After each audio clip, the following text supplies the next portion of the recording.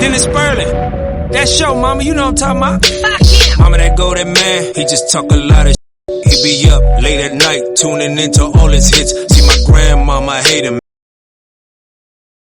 Combined with limited economic growth, that led to a sovereign debt crisis. The government programs were overwhelmed, pensions collapsed, hospitals ran out of supplies, basic public services stopped functioning. No police, no firemen, no water, no electricity. Why? It's too many people needing help and not enough people paying taxes and generating revenue.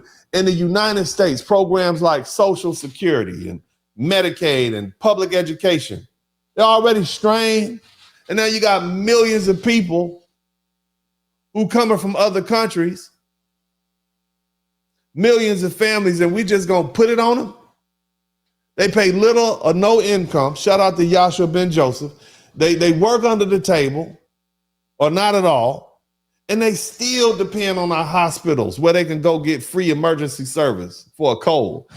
Their children go to our schools 8, 9, 10 deep.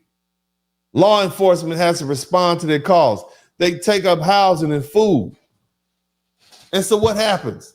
You get balloon deficits, you get higher taxes, inflation, and then you get deep cuts to services for citizens that we've already paid for, especially working class Black Americans. Now listen now. What happens when people have no legal means to survive? What do? They find illegal means to survive. In Germany in the 1920s, and in the post-Soviet Union after it collapsed in the 1990s, you had mass unemployment. And it led to a surge of organized crime, corruption, and street violence. You had young people running around with no jobs, no hope. They turned to gangs, they turned to drugs, they turned to violence. And in the US, we saw the same thing in the 1970s and through the 1990s when the inner cities were deindustrialized, when the jobs left. When you had the collapse of factory jobs, massive Black unemployment, what showed up? Gangs and crack epidemic and gang warfare and mass incarceration. Now imagine that not just among Black folks, but now you got millions of undocumented immigrants with their US born children who have even few opportunities. Crime is no longer going to be isolated in a situation like that.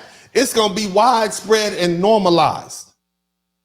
And history shows that when native populations feel displaced, when we feel overrun, when we feel ignored, guess what? We fight back. This happened in Yugoslavia in the 1990s. You had diverse ethnic groups that typically coexisted. They were cool for decades. They just exploded in civil war. Once the resources dried up, they hit some economic hardship, it made tolerance unsustainable. In France today, years of unassimilated immigrant populations from North Africa have created literal no-go zones in France. They have riots on a regular basis. They have a permanent underclass. And now, right, they're even challenging what is French and what is not. They're taking over. Do you want America to look like Venezuela? Ask yourself that. Do you want America to look like Sudan? In South Africa, they had unchecked immigration from neighboring countries, and that led to anti-immigrant programs. Even other Black Africans were violently attacked by the native South Africans for taking their jobs and draining resources. If the U.S. continues to allow massive immigration without the labor demand, the resentment is going to boil over.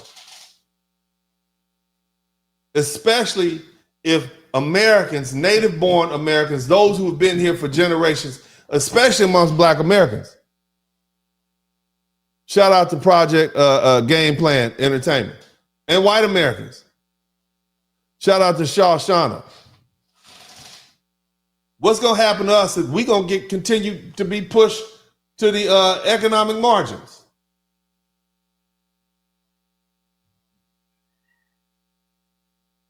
You see? Let me explain something to you. A nation can survive economic pain. It can survive civil unrest, but it cannot survive when it no longer knows what it is.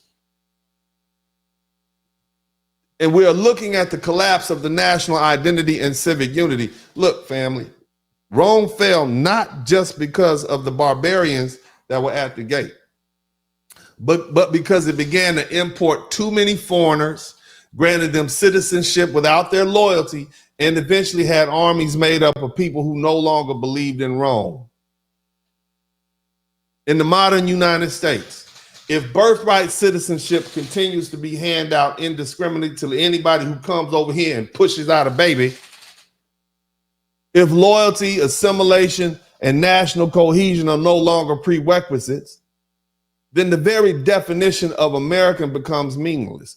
You end up with parallel societies divided by language, culture, allegiance, and values. What follows is balkanization.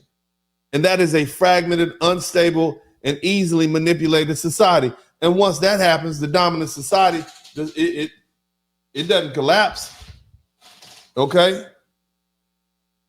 It crumbles. It crumbles from within. Shout out to Yahshua ben Joseph.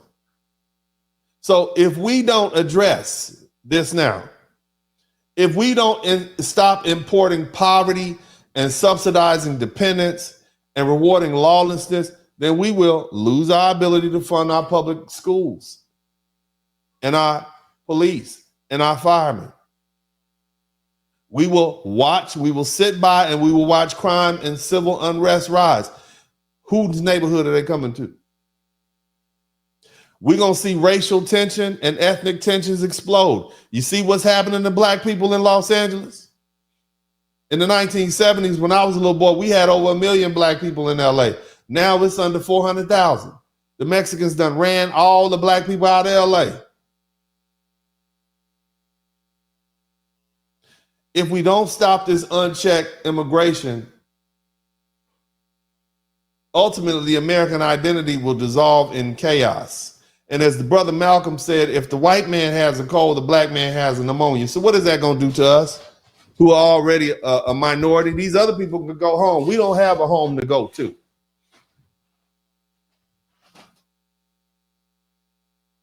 Don't ignore this lesson from history.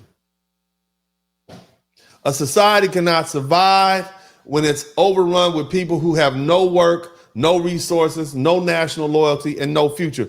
We are not obligated to become the refugee camp for the world, family. We are obligated to preserve our nation, protect its resources, and ensure our children are not someone else's. We're not responsible for them.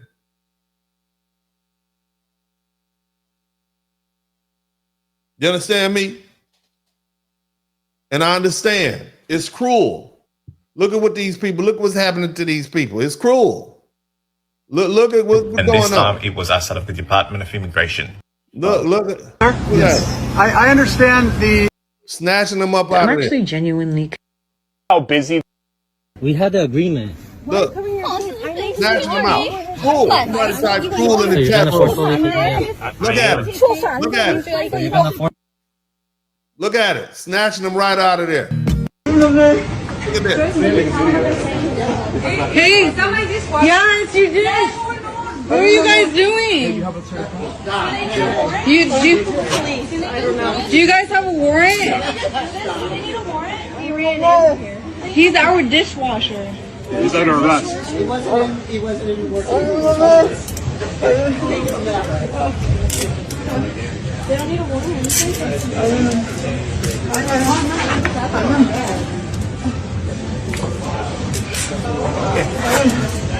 I got his way.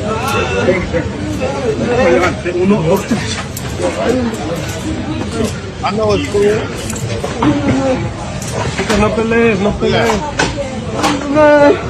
No pelees, te ayudan, ¿ok? Te van a ayudar. Ya sabemos que estás con ellos.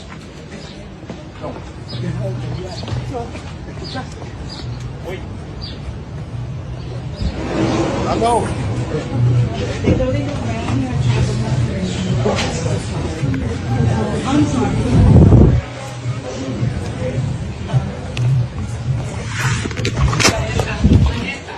And we've seen this happen thousands and thousands of times in the past 6 months.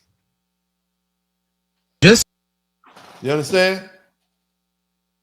It's cruel, but it is a cruel means to an end. So once labor becomes obsolete, the system turns hostile. That's a historical pattern in America. When you're useful, we'll tolerate you. You understand? But the moment the machines can do your job cheaper, faster, and without complaint, you go from being essential to being expendable. We've seen this play out in real time. Mama, that go that man. Mama, that go that man.